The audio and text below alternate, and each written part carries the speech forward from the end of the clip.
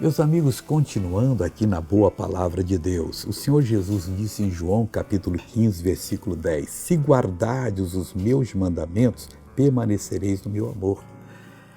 Do mesmo modo que eu tenho guardado os mandamentos de meu Pai e permaneço no seu amor. Se Jesus não tivesse guardado o que o Pai mandou que ele fizesse, incrível, mas é verdade, ele não teria permanecido no amor de Deus. Olha como é sério, a gente não tem que ficar impressionado, eu vou fazer tudo, não. Eu vou fazer aquilo que eu tenho certeza que Deus falou no meu coração. Aí aquilo ali para mim é um mandamento, só se ele um dia falar, chega, terminou a sua etapa, não precisa fazer mais.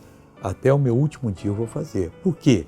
Porque se eu guardar esse mandamento e outros que ele me der, eu vou permanecer no amor dele. Deus não quer que você fique embaratinado, não, mas o que é? Não, ele é sábio, sabe falar com você e você sabe quando ele falou. Permaneça no amor dele que você vai ser bem sucedido.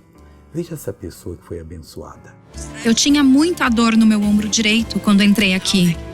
Agora consigo erguer os braços, a dor saiu. Vamos orar agora, Pai, é muito lindo agir com o Senhor, fazer a tua obra, permanecer no teu amor.